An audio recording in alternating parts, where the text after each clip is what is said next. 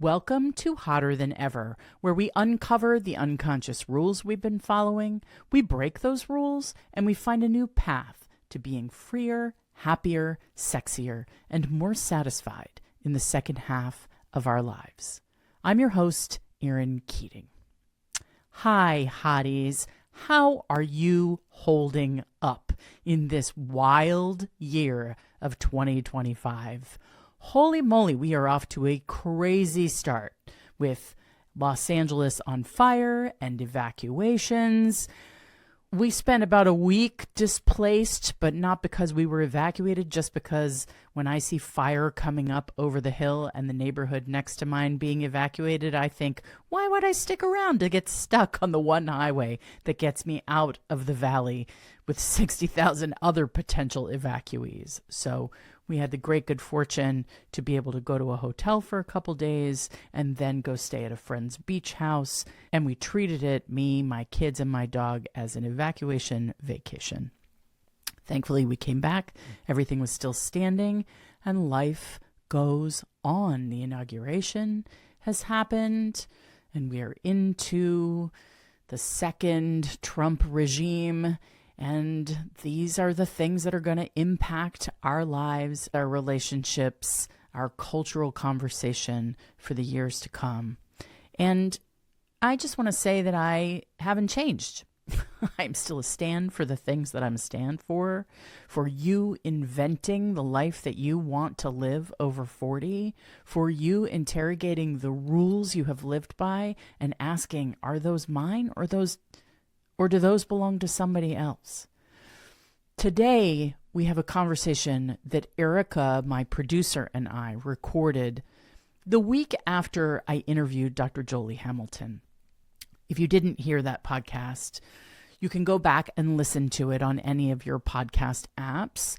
Dr. Joli Hamilton helps people to open their marriages, to investigate and to enact what that looks like. And if that is something you are inclined to do, she is an expert. Both Erica and I were hugely triggered by this conversation. And because we thought it might be something you were reacting to as well. And so we created this episode to dig deep into our thoughts about monogamy, the reason people get married, how you can do marriage and long-term committed relationships differently, who you would have to be and who your partner would have to be and what you would have to be willing to do and commit to do that. We get into all the things. It is a really deep and soulful conversation. We are both vulnerable and sometimes a little raw. And I hope that you find it valuable. If you're a new listener, this is something we do on a periodic basis every several months. If you are a regular listener, maybe you look forward to these episodes with me and Erica. But that is what this is. So without any further ado, this is our, oh my God, non-monogamy conversation. Let's get hot. Well, hotties, Erica and I decided we need to do another conversation episode because we both had an intense reaction to my interview with Dr. Joli Hamilton. Yes, we did. It was an intense reaction from both of us about the topic of open marriages and polyamory. And it's been such a hot topic this year in the zeitgeist, kind of before we got distracted by the election. And it's very provocative to me that this is a conversation that is really up, I think, especially for women and people who have been in long relationships. Although I could be wrong about that. It could be up for a whole other generation of people just from the jump. And there may have always been polyamorous people among us, but we didn't know because there was shame and stigma around it. I have one friend who is poly and has been poly for 15 years.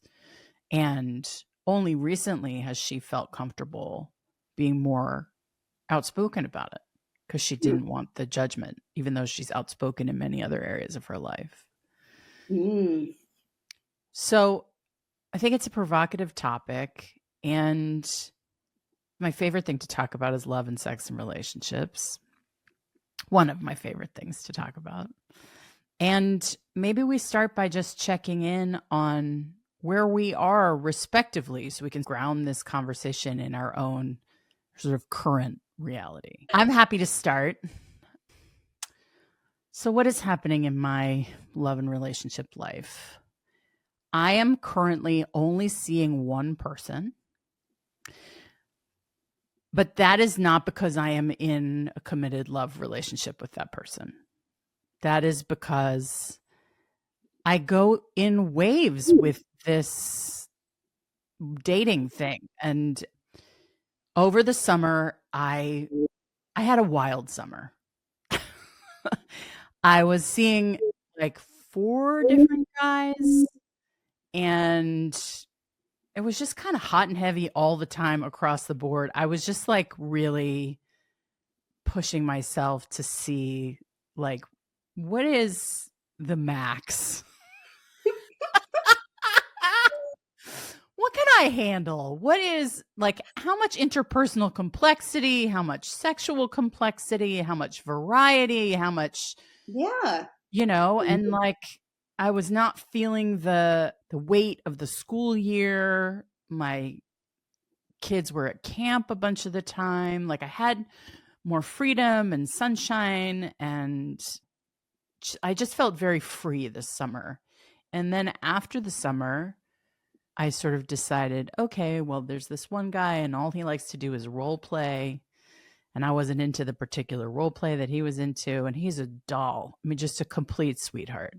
But I kind of felt like he only had one gear and I didn't really want that gear anymore. Role play gear. One role play gear. Yeah. There was a guy who was sort of my neighborhood guy who I've been seeing for a couple of years. And that I think has fizzled to nothing. And that's interesting. Okay. Because the terms of that relationship are everything is initiated by me. And I feel a little bit over that right now. Like I really want to be with people who want to be with me and are enthusiastic enough to show me that. And Yeah. he was a great lover and a great kind of escape whenever I needed it. But that sort of faded.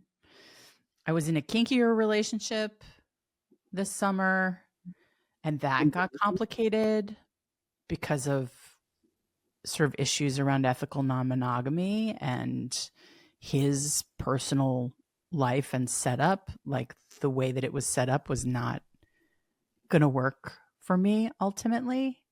I'm glad you said the word ethical non-monogamy because we're going to talk about that more Yes. in this episode, Right. right? Just like we did with Joli. And that was my biggest exposure to ethical non-monogamy and what that actually means. And he's a decent, good man, but it wasn't working for me. And so I'm like looking right now for. So you had a big summer. I had a big summer. A lot of new experiences. You wanted to see like what was your max capacity, like a couch, like you're measuring a couch. What is the maximum amount of width I can use? I think that sounds very smart in a lot of. I mean, why wouldn't we figure that out at some point? I've never for me, that, but why not? I had the emotional bandwidth to have real dynamics with these different men, and then I was just doing a ton of soul searching as the whole thing progressed, and it was awesome for a summer. It's not how I'm going to live. I don't have the time to juggle that many people. Sounds like a lot. But I did for a moment there, for a month or two. And it was hot and it was fun. And I felt very sexy and adored. I've had so many revelations that it's probably a separate episode. But there's one guy who I'm still seeing from the summer who just got out of a 20-year marriage and is in a wildly transitional place. It's been a slow burn for 6 months, and now we're able to hang out and sometimes have sleepovers, and he's adorable and totally not available for a proper relationship. Right. Because Not he's good timing. Yeah. no, because he's deep in the loss, Yeah.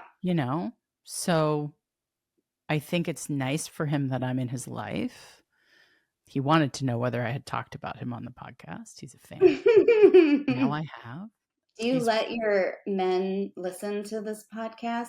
Or do you tell them not to? You can't control other people.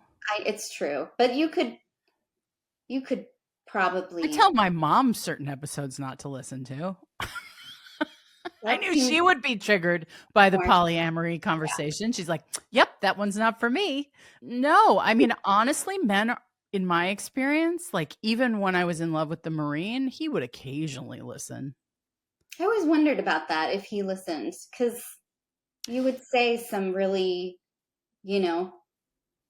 pretty personal things about your relationship with him, which he loved it. He loved it. He loved the attention, right? And also he loved how anonymous he was. Right, of course. And that no one would connect the dots. Yeah. Certainly no one in his world would connect the dots. But what about part of what ended us is that the dots couldn't connect. Yeah. What about your ex-husband, though? Because when you talk about him, people know who you're talking about. I wonder about it all the time. And I just think he's too involved in his own stuff to listen to my show. Interesting. And I'll let that sit there. Okay. Yeah. Well, good. Okay. Well, thank you for summarizing. Yeah, that's where I'm at. There's one cutie pie in my life. I'm flirting with another guy who's like so young. God, he's so hot. I can't. And also, like, I don't know. I'm hopeful. The young guys, it just doesn't ever work out because they're flakes. Just bad. They're bad planners. They're bad communicators. They're so beautiful, but right. Yeah. And I would like to fall in love. I mean, that's a new thing. I'm recovered from the last heartbreak. And I would really like to fall in love. And so, I'm approaching things with a little bit more depth. When it feels right. When a person is not a viable person, then I don't do that. But right, you guard your heart. Yeah, but I would like to find someone to be in a real thing with. Yeah. Good. Yeah. I'm glad you said that. Yeah. What about you, Erica? I am not ready to fall in love. I am not looking to fall in love at all. My summer was spent going through a divorce, getting divorced. I'm now divorced, but through the summer, that's what was happening. I'm kind of in the aftermath. I'm still doing a bit of an autopsy to figure out all the things, even though I know them. I'm not having any new revelations about it. I'm thinking about what's best for me. Good. And being alone is what's best for me. And I do think and wonder if I'm going to want to start dating at some point, if I want to get involved with someone again, if I want to be in a relationship again. It just, from where I sit now, seems like an improbability. And I don't know if that's because I'm still I'm in a little bit of like a men are disappointing phase. Mm-hmm. And also since the election, the dial on that has just turned way up. And I've joined all of these, 4B movement Facebook pages. Have you heard of the 4B movement? I have, but maybe our listeners have not. Okay, the 4B movement it's originally came from Korea, where there was a very low fertility rate because women stopped sleeping with men. And the reason that they stopped sleeping with men is because they were tired of being treated as second-class citizens in society. And there was a lot of misogyny just built into the culture. They were dealing with a lot of just, I think of maybe, the US level of misogyny, but no one's hiding it at all. It's just like unabashed out in the open. So women just decided collectively to stop sleeping with men. And the 4 Bs, the Bs are Korean words. So, and I don't know what they are, but essentially it's no dating, no sleeping with men, no having children with men, and no getting married. So Okay. So nothing. that's just a separatist movement. Yeah, it's just, we're done with this shit and we are going to find fulfillment, meaning, and satisfaction on our own, independent of men. And then so you're following these Facebook groups because that's how you're feeling.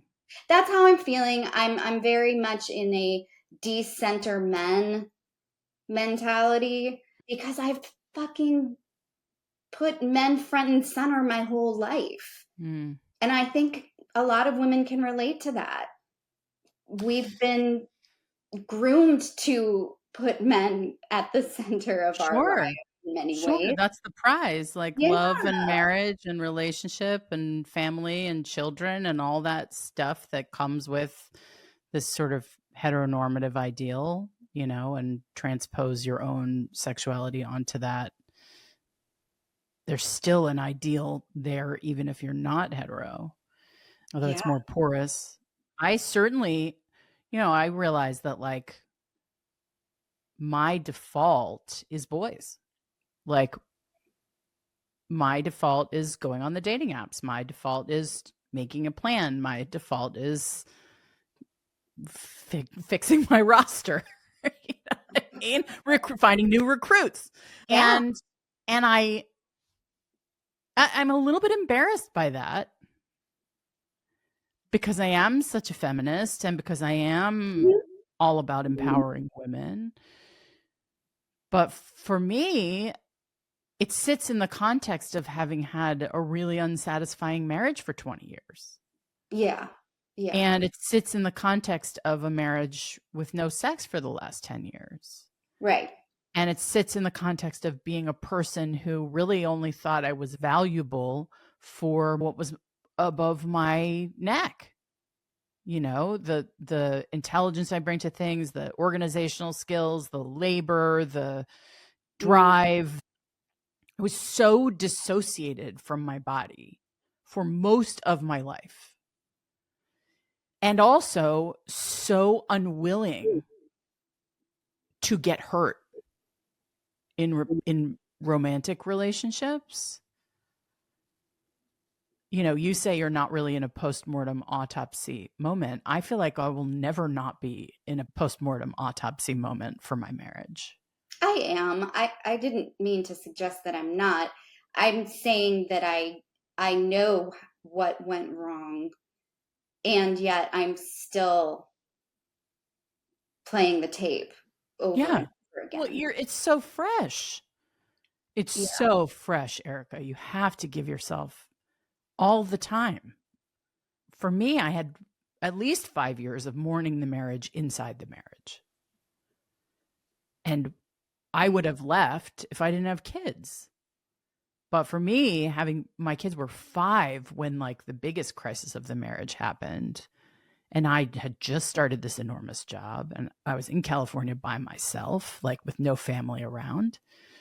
other than our little unit. And I was like, well, I don't know how to do that. So I guess I have to stay in this thing. But I was in it watching it die, Yeah.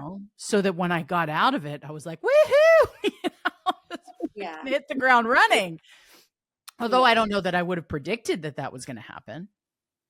Well, we all kind of watch it die to a certain extent, um, because you don't come to that decision lightly. It's No. not, you don't just wake up one day and go, okay, I think we're done. Yeah. And No. there's no Although build up to it. I feel like maybe men more than women, like in my experience, they can be on and then off. They're less comfortable in the liminal spaces, in the gray. Maybe that's just the men I choose. That's interesting. I think it was interesting to hear you say that you felt like your value came from the neck up, because my experience is that my value was from the waist down. Ooh. In my marriage. That was really present for me. Not even tits. Constantly. Okay, yeah, you're right. Let me raise that bar. Armpits down. Yeah. Tits down, from tits down. Yeah.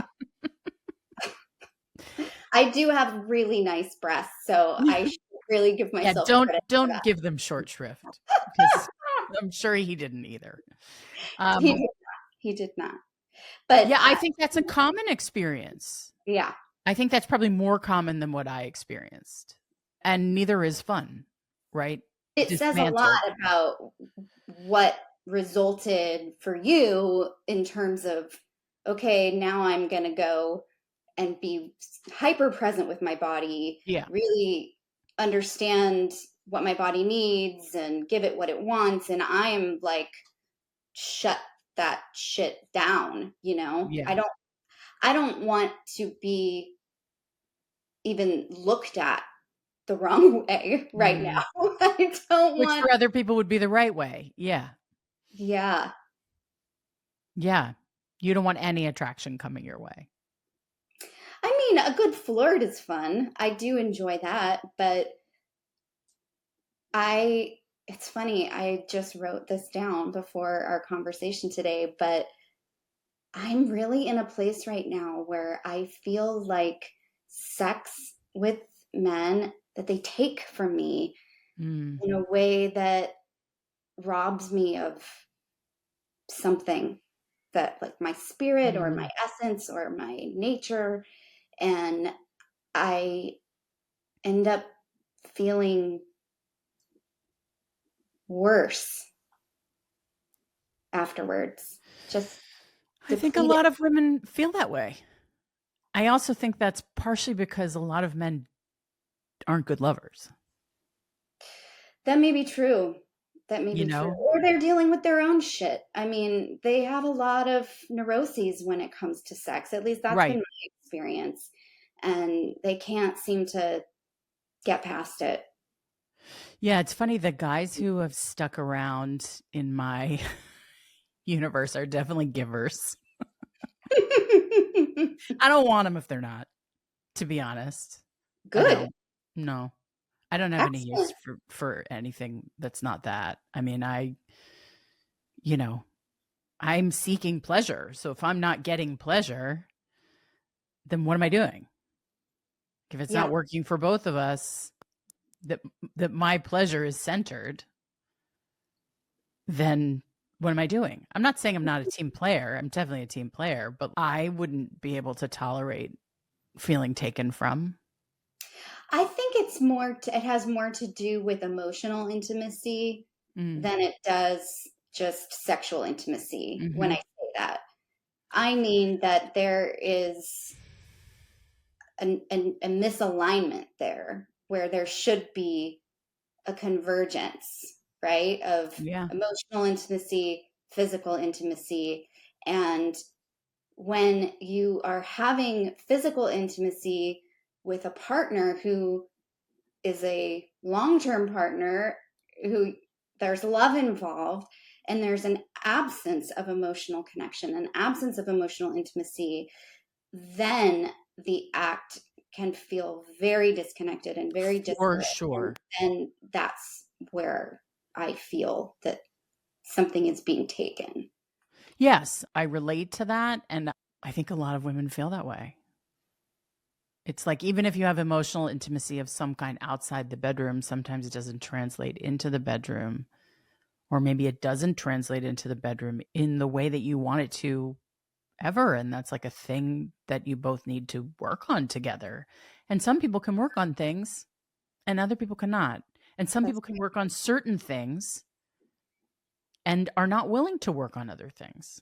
For me, like, a super sexual, emotionally connected relationship is what I want in the long term.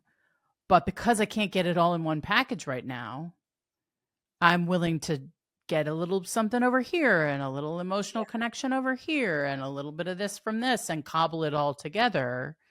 And maybe that's a good transition to the conversation about polyamory, because I feel like that's what Joli Hamilton was talking about.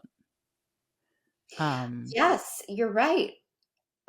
To summarize my kind of high level takeaway from her conversation with you, it seemed to me what she was saying is, if you are not getting the sexual variety that you need personally, whether it be because you're not getting that emotional connection, whether it be the sex just isn't great, whether it be you're phrasexual and you like newness and novelty What so was much. that word? Phrasexual? What's that? Oh, it's the opposite of demisexual. So, people who are demisexual, they only really want to have sex with people that they know really, really, really well, Yeah. have a very strong connection to. And people who are phrasexual, they prefer to have novelty and newness, and they just like to have sex with people that they don't know very well. Okay. Which is Yeah. probably very present in the swinger community, which is more about the sport of sex. I don't think so. I think that I actually know people in long-term committed relationships who would describe themselves as phrasexual, but they aren't, because they've made a commitment to monogamy. I would consider myself phrasexual to a certain extent, but if I'm going to be in a monogamous relationship, then I have different needs. That's so interesting. People talk about NRE, which is new relationship energy, and Mm-hmm. maybe that's like a way of chasing that.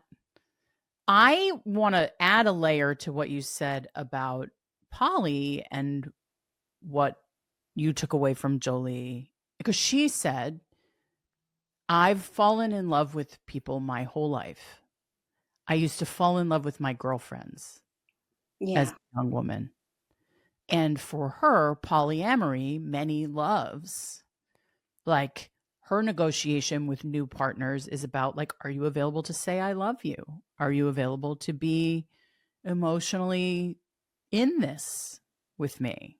Mm. If you're just seeking sex, that might be okay, but that might not be what I'm looking for right now.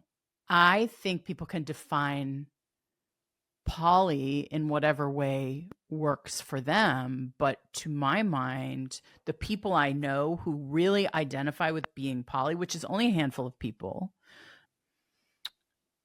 are people who are in love with multiple people at the same time. Have Right. a love relationship, a committed Yes. sort of, whatever the definition of the commitment is, love relationship with more than one person. And everybody has to navigate that. And maybe the other people in the partnership also are in love relationships with other people. that can include the primary partner or not. Right. It's not just as simple as we're in an open marriage or we're in an, that. Which is not simple in and of itself, No, because you have none to of it is set the simple. terms of that, The thing that right? struck me about what you just said and what Jolie said is the sheer amount of negotiating that Woof. can happen. There's so much negotiation. Who has time for all of that? People who want the payoff. And who's available for that? Well, that's the big question to me. What man? Because I can understand women having the bandwidth to negotiate emotionally and to process what's happening and to stay in touch and to stay connected around these different changing dynamics. What I have a hard time imagining is the kind of man that I'm attracted to being game for this level of open, honest communication. I can't even find a man who understands his own emotions, much less manages the dynamics of a group of people's emotions. No. Okay. So I brought this idea up just to feel the waters with the Marine. I was like, what would you think about a guy whose wife had sex with other people or his girlfriend has sex with other people? And he was like, that guy's a pussy. Like, that was his reaction. I was like, oh, okay. Conversation ended. And scene. Because to him, it's a sign of weakness. That things are supposed to be a certain way. You're in a heterosexual thing. You are coupled. That's your sex person. That's your love person. And if you let go of that, you let that person be what? I don't know. Engaged with, violated. I don't know what the language would have been for him. But it was certainly never going to be about her empowerment or open communication, trust, emotional, whatever, checking in. Like, he couldn't talk about his feelings on any level, which was perfectly good for me in the first year after my separation. Sure. Because I had been talking about feelings for a decade and not getting fucked. Yeah. So like for me, it was like, great. Like, we have a great time together. The sex is hot. I really admired him in a lot of ways. And then when it came to like, oh, we have to figure out how to talk about feelings, it was over. Yeah. But I think a lot of men, that would be their reaction. Well, I mean, he's an extreme version of that, probably. Because men are so jealous. They don't. I did a paper on this. I studied this in college, okay? I did a paper on jealousy and how men and women experience jealousy. And what I found, and this will not be surprising to you, that men are more jealous of physical infidelity and women are more jealous of emotional infidelity. Sure, because they are the rarer things. Yes. Right? Like, it's so rare to find a man who you have an emotional connection with. Mm-hmm. And it's for men, sex is more scarce than it is for women who choose to have it not be. I could have as much sex as I want. So could you. Men, it's harder for them to figure out how to get that happening if that's what they want. I don't know. I think there's just a lot of other dynamics at play. Ego. Totally. I'm making it way too simple. That's one point to make. Yeah. I think women value emotional connection in a way that men don't. Perhaps maybe men, it's like biological. It goes back to caveman times. Like, you, my woman, you have sex with me only. Why do you sound Middle Eastern? Cavemen were in the middle. I mean, Turkey really is where it kind of all started. The cradle of civilization. Anyway, going on. Yeah. So anyway, all this to say that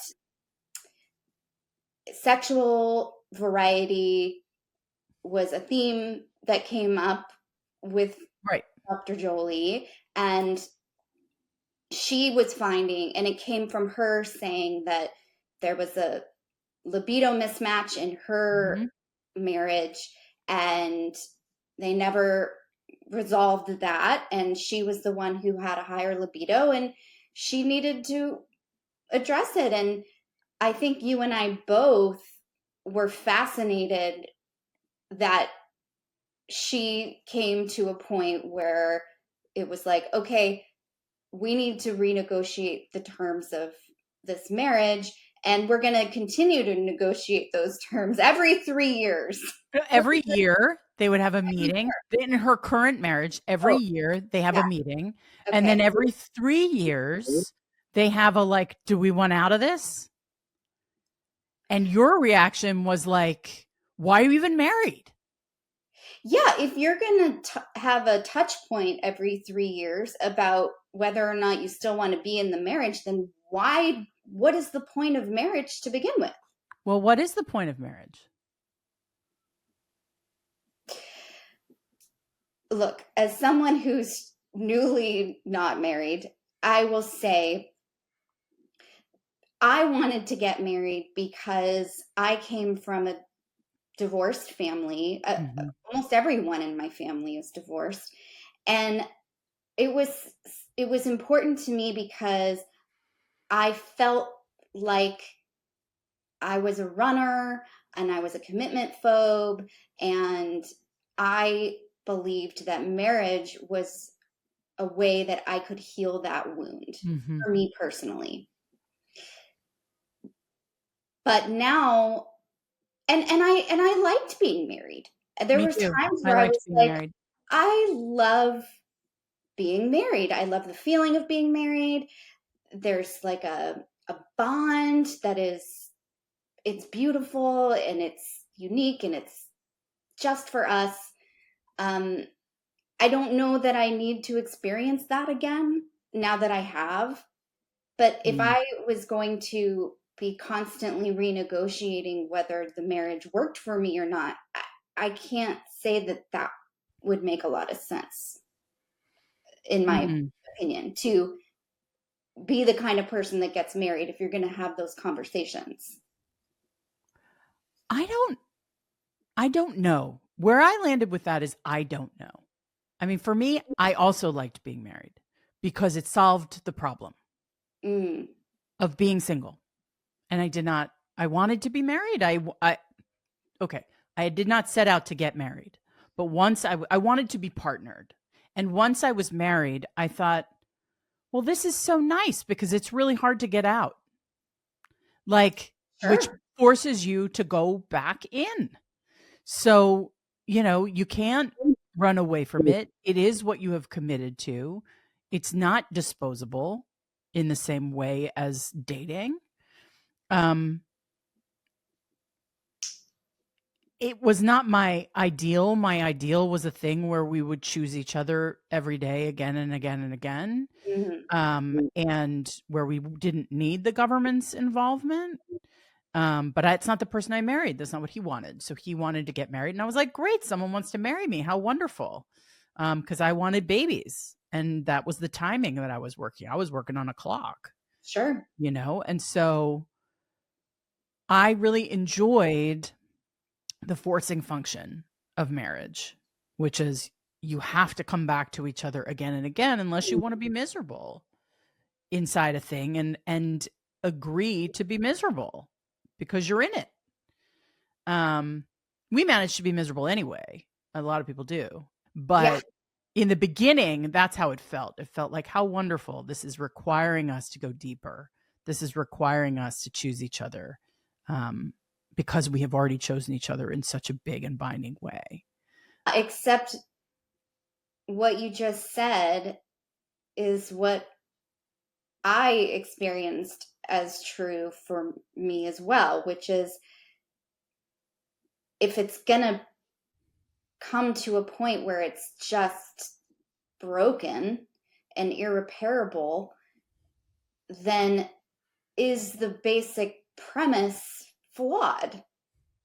This idea that marriage is going to force us to work through our shit if we're just going to inevitably end up in a place where we're like, yeah, this is not going to be Well, worked what do out. you mean inevitable? Because marriage works for a lot of people. No, Like, I just meant in our example, not for. yeah. I mean, I was willing to give it a shot. I was willing to try marriage. Yeah, And me too. because I wanted kids and because that's how it conventionally goes, I Sure. was not going to fight City Hall on that, right? Like I was like, okay, great, we'll get married, we'll have kids. I didn't change my name. Um, Why wasn't not? foresight. It wasn't foresight. It was I just couldn't understand that tradition. I couldn't understand. I had a girlfriend who was like, and then I'm like part of him and part of his family. I don't know. It was me. I was in my mid 30s. Like my whole life, I had been this one person. When I maybe a different person altogether with a different name, I was not willing to do that. That did not feel right to me. And so I didn't do it. He didn't like it. But, that was not a place where I was willing to give. Do you think that you could have gotten to a place with him, or maybe even started off on the foot where you would have those kinds of check-ins that she's talking about? Every year we check in. How is this? Every 3 years, do we still want this?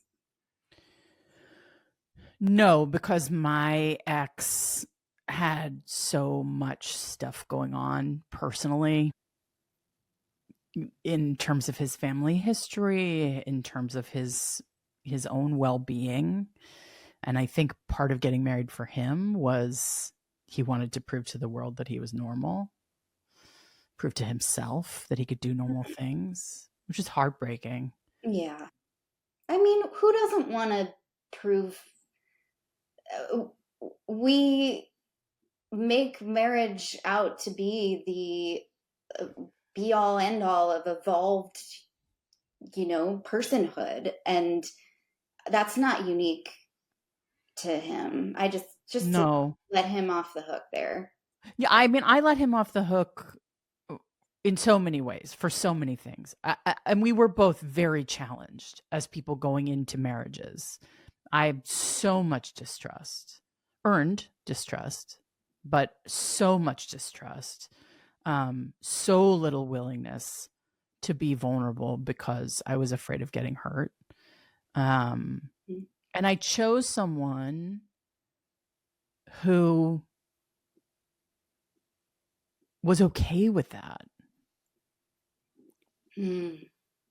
And, we tried really hard to evolve together, but what happened was we evolved apart. And we kept going back to couples therapy. I kept insisting to myself that this was going to last, that we were going to make this work. But I was very, very, very unhappy and very in denial for a very long time. And, eventually I gave myself permission to be happy. Do you think that if you opened your marriage, that would have you're It would making never, ever, ever, ever, ever have worked because he couldn't tell the truth. okay? So he's not a person who had a great relationship with the truth. Do you think you would ever get married again? Me? Yeah, you. Oh yeah, me. You're talking to me. I think he would. He says to the kids that he wouldn't get married again. I really hope he does. It would be nice for him to have someone to take care of him. I mean, you. Do Yeah, you, I know. Uh, but very sweet that you want him to have I really desperately on a want him to woman to get take married. care of him. Yeah, I want him to get married so that he'll be taken care of, so that doesn't land on me. Somebody else's problem. Yeah, Yeah. 100%. I Side note, don't know. Probably not. this new Gwen Stefani has this new song out called "You're Somebody Else's Problem Now," and I'm Ooh. loving it. I think I probably will not get married again, but like who fucking fucking knows? Who knows? There are a lot of reasons as you get older that you want to be married, like for financial benefit, for the stability, for healthcare proxy. Like there's a bunch of shit that comes into play when you get older in terms of sharing the sort of the weight of aging and also the resources with someone that you love. Like, I don't know. I see it financially and medically beneficial potential. So I don't know, but as far as like what I am looking for right now, I am looking for love and partnership and an emotionally evolved relationship where I can talk about my needs and have them be met. And what about monogamy, though? You know, I've never not been monogamous when I've been in a relationship. So I think my ideal is a foundation of monogamy with the potential for some sexual stuff that involves other people, but maybe isn't me going off alone. Like what I would want is for like the heat of whatever the experimentation we do together to accrue to us as a couple, for everything to kind of come back to the relationship, as opposed to me being off in the world having a totally separate thing. Like I don't think I could handle a partner who had other love relationships. Like I'm greedy and selfish and I want all of it, you know? And so I think that's what Dr. Joli was saying, was that to an extent, that is what we all have to confront about ourselves. I don't think anybody is like, yes, gung ho, can't wait to watch their partner go fuck somebody else. I don't know about that.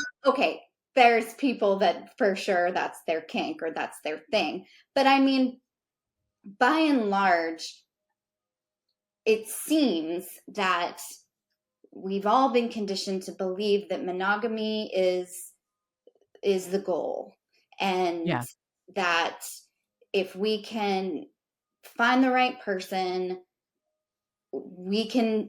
that will be enough. Monogamy, sex with that person will be enough. And what she was saying is that it's, and maybe that's why it was so confronting for us, because what she was saying was, perhaps it's not enough no matter who the person is. And maybe that's okay. And maybe that there's this whole other world available to you on the other side if you can just confront those feelings of jealousy and those feelings of, you know, I want this person only for me, and you know, like right. what Totally. we Totally. could negotiate that. What I love about this conversation and having these conversations about different ways to do love and relationship is we are confronting the cultural expectations and narrative that I really think that everything at this point in our lives should be up for grabs. And that we should suspend judgment around the way other people do things and learn from them, because, you know, any long-term relationship has the potential of getting stale in different ways. Yeah. Right. And for me, like the idea of being monogamish or having this sort of creative monogamy, which is what she was talking about, I don't know if I could handle it, but in an ideal world, it sounds hot to me. Yeah. So, and wouldn't my partner, the right person, also think that sounded hot? You know, and so, and if the goal for me is to have a hot and spicy life with someone, well into my 80s or whatever, like, then having the ability to negotiate and renegotiate seems important. But what it was hard for me to imagine is finding the man who is the kind of man that I could be hot for in the long term, who had all the characteristics of the right kind of partner for me, who would be secure enough and communicative enough and emotionally evolved enough to be able to manage that kind of negotiation in the long term. Well, I think that it has to be a subject that gets brought up early then. Yeah. And we are not accustomed to having that conversation in the dating phase. Oh, no. I mean, my therapist always says, you wait too long to say what your needs are, So I'm literally always like, now I sort of foreground when I meet someone, I'm like, it's really hard for me to ask for what I need. I try to act like I don't have any needs. I'm going to get weird sometimes when I feel like I'm too much, or I'm asking for too much by asking for anything.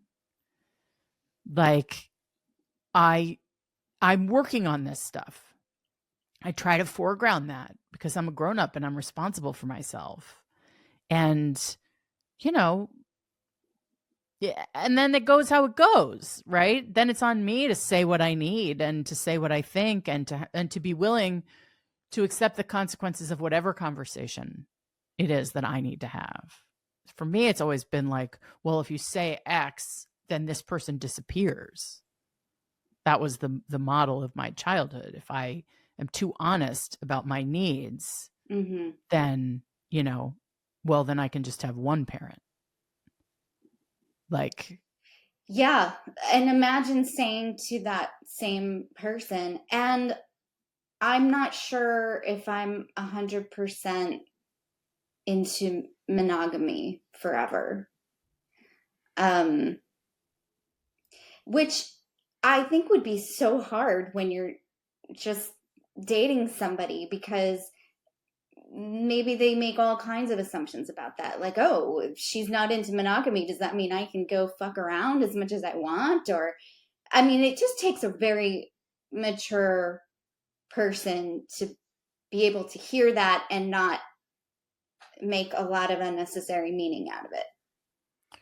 well, it's an opening to a conversation. It's not the end to a conversation. I mean, it's the beginning of a lot of conversations, as opposed to being like, and this is what I think, and this, like with monogamy, it's like, and we assume that we're only ever going to have sex with each other for the rest of our lives. Okay. Like, meanwhile, that's not how people operate. They cheat. Yeah. Like, infidelity is just entirely normal, and we act like it's not. And it's something we don't know how to deal with because it's shoved under the rug and it's so shameful. But maybe if you were like, yeah, I'm attracted to a lot of different people, I'm not going to act on it unless you're cool with that. Like, I don't know. I don't know how to have the conversations, but I do know that there's an entire world of people who are willing to have those conversations. Now, for me, I feel like all of those people go to the Renaissance Fair. And yeah, you were saying that people tend to be kind of nerds.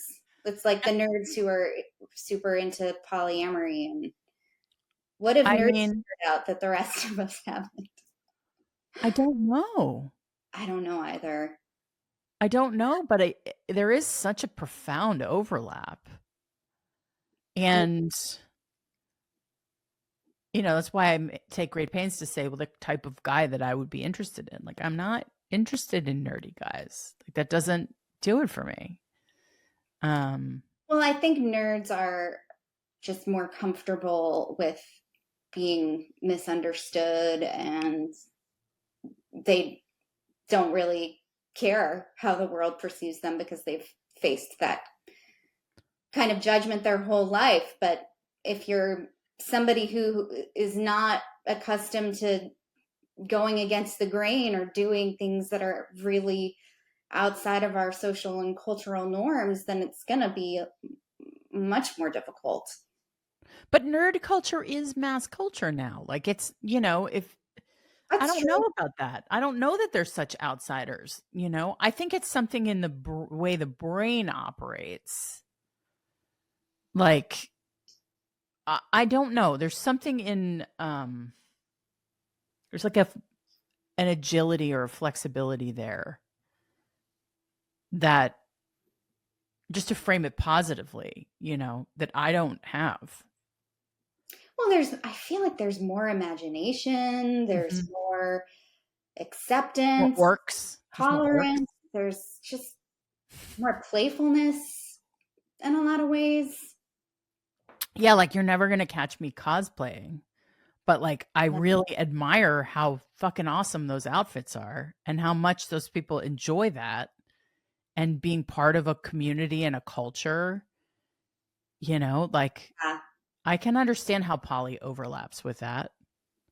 Yeah. Um, it's kind of a shared set of alternative rules, But like Dungeons and okay, Dragons has a lot of different rules. Sorry, I can't make a lot of nerd jokes. I can't help it. to bring it back to this fundamental question of is monogamy normal? Is it our default? Is it healthy? I think Oh, there's those are two different things, I people think. that would say, because of the numbers of infidelity, that, well, we aren't really meant to be monogamous. Humans are not built that way, but we are making a choice every day in a relationship to be that way. Would it be in our benefit to just reevaluate this whole notion of monogamy on a mass scale for human beings? I mean, when you say we weren't meant to whatever, we weren't meant to live this long. Marriages weren't meant to be as long as they are now. Like, we have historically not lived to be 100 years old. Now that's pretty fucking normal, hearing about people who are 100.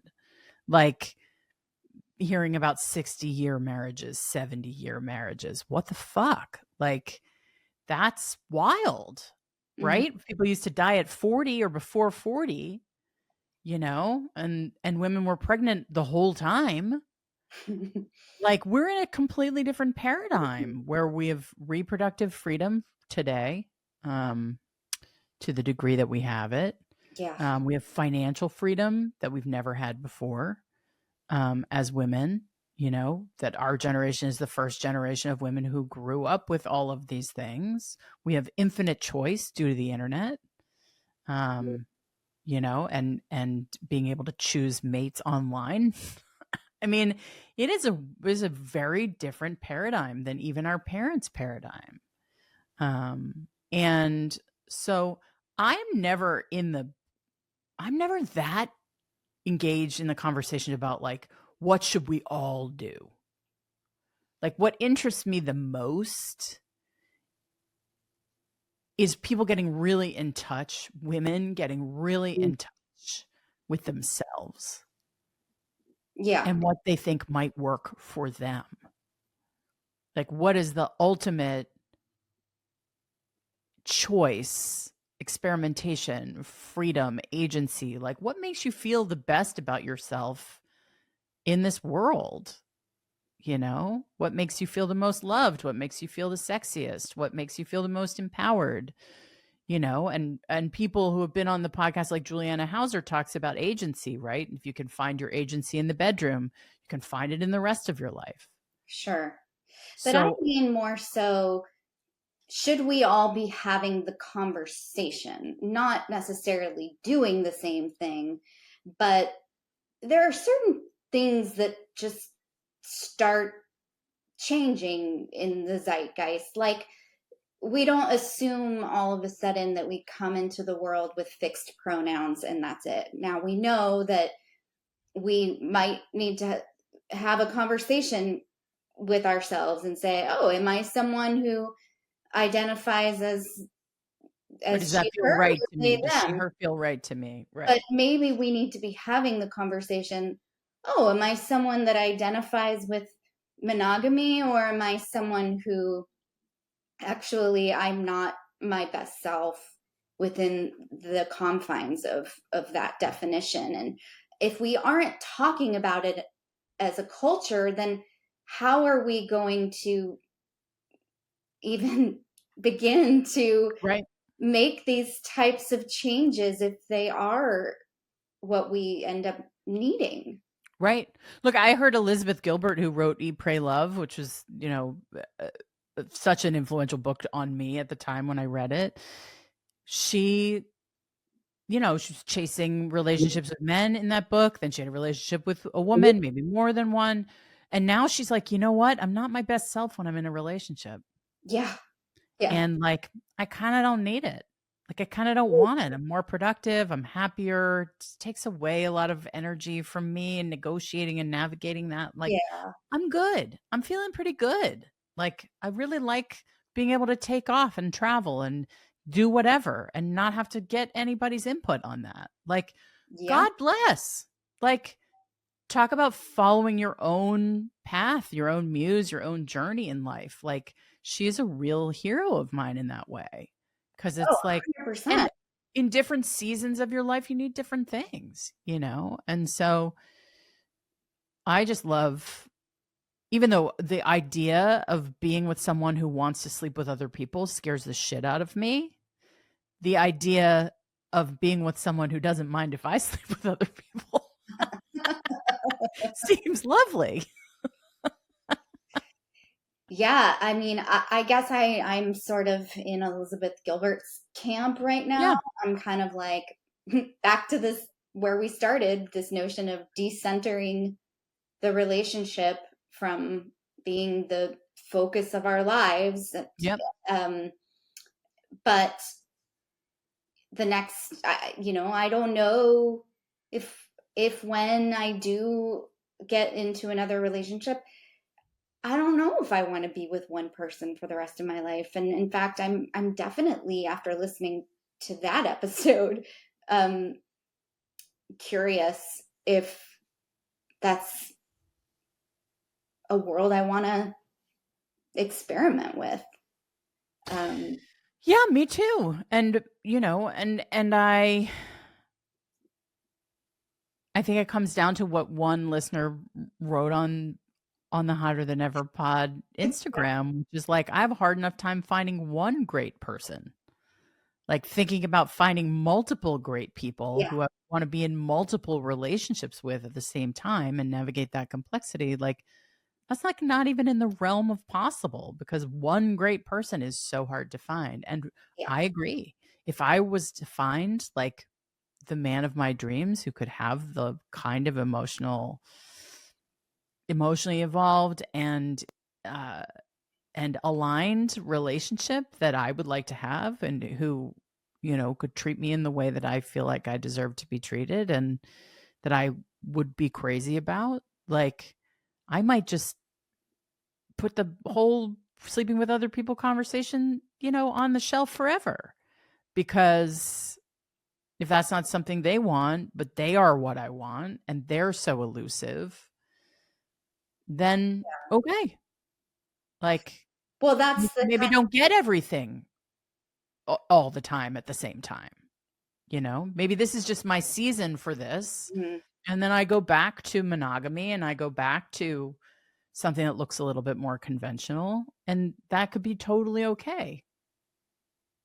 yeah. And if it's that difficult to find a person who can meet all of your needs, then maybe we should stop trying and we should be dating multiple people who can meet the various needs that we have. It is a lot to expect out of one person, maybe completely unreasonable.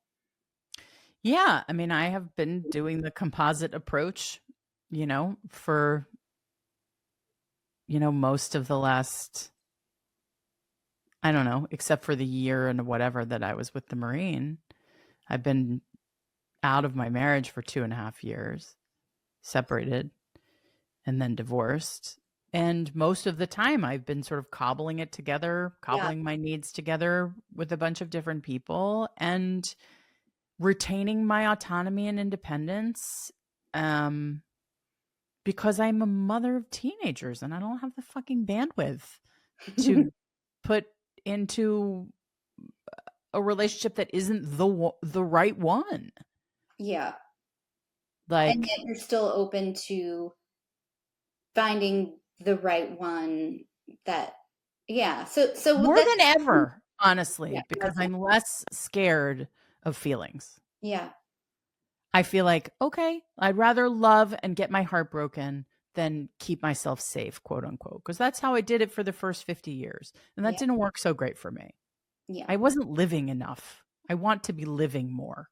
And if that means risking more, okay, I'm willing to do that now because I don't feel like it's going to ruin me. When I was young, I really thought it would ruin me. I couldn't handle it. yeah. Well, that's what our hearts are for, right? They're to be beaten up and used and broken and filled, and that's why we have them. We might as well just give them what they've been built for. I totally see where you are, Erica. And I just, it's totally understandable where you are. And you don't ever have to want anything. You don't ever have to want a relationship or sex or marriage or anything. Like you could be 100% happy doing it, your life for you forever. A lot of women make that choice, you know? Maybe on the other side of healing from the divorce, you'll feel differently and Yeah. maybe you won't, you know? Yeah. Who knows? I definitely am a creature of connection, and I love love, and I'm, uh, yeah, but I definitely have had enough pain, I feel like, for one lifetime, but to be continued. Yes, always to be continued. Yeah. Yeah. Thank you for this conversation. I think it's really, I mean, it's what's going on in my head all the time. Same. Yeah, me too. And I bet that you, who is listening to this, you probably are thinking about someone who might benefit from hearing this conversation as well. So Please please share this share it with episode. them. Yeah. You know, we're here for each other. We help each other. These are new waters that we're navigating, and I think these conversations need to be had. Yep. That's why we're having them. Thanks, Erica. I appreciate it. I appreciate Love you. you, friend. Love you too. Thanks for listening to Hotter Than Ever. If this conversation was intriguing or provocative to you, if it is something that reminds you of conversations you've had with your friends or your loved ones, please share this episode with the people in your life. Go into your podcast app and hit the share button. Tell your friends why you think it's valuable for them to listen to. Maybe you're the shit stirrer in the group of people you're closest to. Maybe this is a conversation you have been wanting to initiate. Either way, it's easy to share the show, and that will help us grow. Hotter Than Ever is produced by Erica Gerard, who you heard in this episode, and Podkit Productions. Our associate producer is Melody Carey. Music is by Chris Keating, with vocals by Isa Fernandez.